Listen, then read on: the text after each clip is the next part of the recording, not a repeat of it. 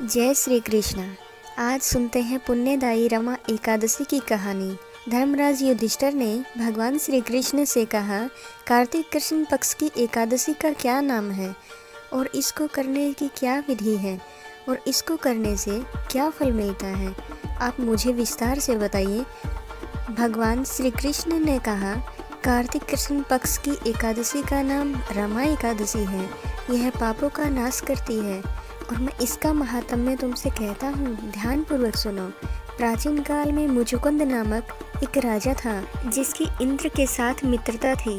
साथ ही कुबेर, यम, वरुण व विभीषण भी उसके मित्र थे। यह राजा बहुत ही धर्मात्मा और विष्णु भक्त था। यह राजा न्याय प्रिय भी था। इस राजा की एक कन्या थी जिसका नाम चंद्रभागा था और उस कन्या का विवाह चंद्रसेन के पुत्र शोभन के साथ हुआ। और फिर एक दिन शोभन अपने ससुराल आया और उन्हीं दिनों पुण्यदायी रमा एकादशी भी आने वाली थी।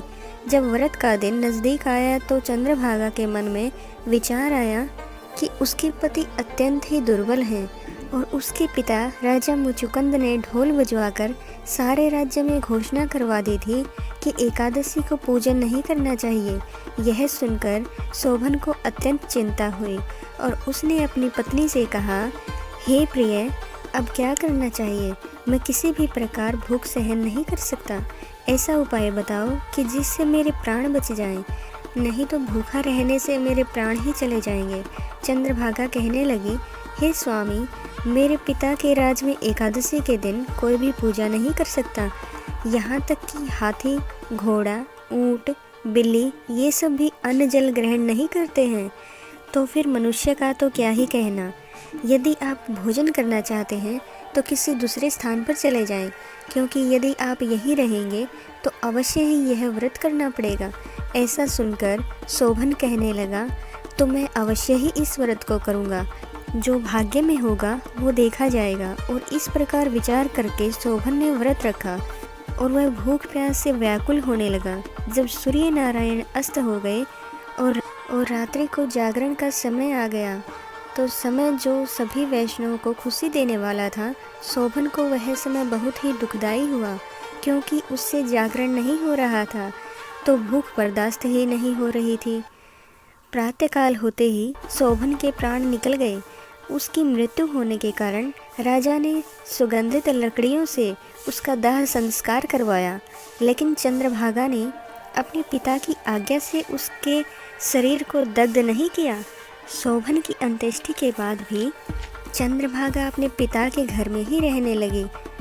शोभन रमा एकादशी के प्रभाव से मंत्रांचल पर्वत पर धन धान्य से युक्त, शत्रुओं से रहित एक सुंदर देवपुर को प्राप्त हुआ।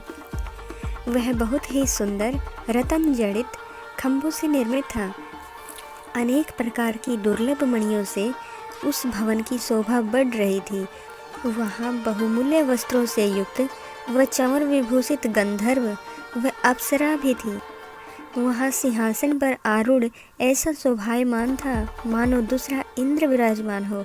एक समय एक सोम शर्मा नामक ब्राह्मण तीर्थ करता हुआ घूमता फिरता वहाँ जा पहुँचा और उसने शोभन को पहचान लिया कि ये तो राजा का जमाई है, और ये सोचकर वो उसके पास गया।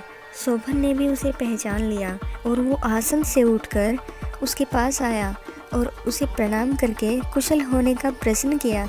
ब्राह्मण ने कहा कि राजा मुचुकुंद व आपकी पत्नी कुशल हैं, परंतु हे राजन, हमें आश्चर्य हो रहा है। आप अपना वृतांत हमें बताइए कि जो सुंदर नगर कभी किसी ने नहीं देखा, नहीं सुना, वो आपको कैसे प्राप्त हुआ। तब शोभन ने कहा, कार्तिक कृष्ण पक्ष की रमा एकादशी का व्रत करने से मुझे यह नगर प्राप्त हुआ, परंतु यह अस्थिर है। यह स्थिर हो जाएगा, ऐसा कोई उपाय कीजिए। ब्राह्मण ने कहा, हे राजन, ये स्थिर क्यों नहीं है और यह स्थिर कैसे होगा? आप मुझे बताएं तो मैं इसके लिए उपाय अवश्य करूँगा। शोभन ने कहा, मैंने इस व्रत को श्रद्धा रहित होकर किया था, इसलिए यह सब कुछ अस्थिर है। यदि आप मुचुकुंद की कन्या चंद्रभागा को यह बताएंगे तो यह स्थिर हो जाएगा। ऐसा सुनकर उस श्रेष्ठ ब्राह्मण ने अपने नगर में लौटकर चंद्रभागा को सारा वृतांत कह सुनाया। ब्राह्मण के वचन सुनकर चंद्रभागा बड़ी प्रसन्न हुई और ब्राह्मण से कहने लगी, हे ब्राह्मण, आपने प्रत्यक्ष देखी है या स्वप्न बता रहे हैं? ब्राह्मण कहने लगा, हे पुत्री, मैंने तुम्हारे पति को प्रत्यक्ष देखा है, साथ ही किसी से विचय न हो ऐसे देवताओं के समान उनका नगर भी देखा है। उन्होंने कहा है कि ये नगर स्थिर नहीं है, जिस प्रकार वह स्थिर रह सके उसका उपाय करना चाहिए। चंद्रभागा ने कहा, हे ब्राह्मण, तुम मुझे भी बताओ, वहाँ ले चलो। मुझे अपने पतिदेव से दर्शन की लालसा हो रही है और मैं अपने किए हुए पुण्य से उस नगर को स्थिर बना दूंगी। आप कोई ऐसा कार्य कीजिए जिससे उसका और हमारा संयोग हो सके, क्योंकि वियोगी को मिलाना महान पुण्य है। सोम शर्मा यह सुनकर चंद्रभागा को लेकर मंत्रांचल पर्वत के समीप वामदेव ऋषि के आश्रम पर पहुंचा। वामदेव जी ने सारी बात सुनकर वेद मंत्रों के उच्चारण से चंद्रभागा का अभिषेक किया। ऋषि के मंत्र के प्रभाव से वह एकादशी का व्रत करने से चंद्रभागा का शरीर दिव्य हो गया और वह दिव्य गति को प्राप्त हुई। इसके बाद बड़ी प्रसन्नता के साथ वो अपने पति के निकट गई। अपनी प्रिय पत्नी को आता देख शोभन बहुत प्रसन्न हुआ और उसे बुलाकर उसने अपनी बाईं तरफ बिठा लिया। चंद्रभागा कहने लगी, हे प्राणनाथ, आप मेरे पुण्य को ग्रहण कीजिए।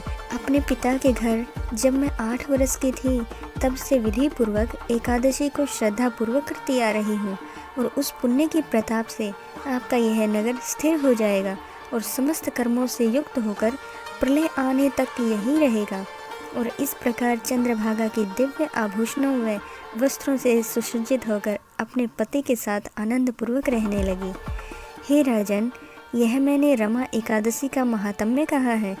जो मनुष्य इस व्रत को करते हैं उसके भ्रम इत्यादि समस्त पाप नष्ट हो जाते हैं।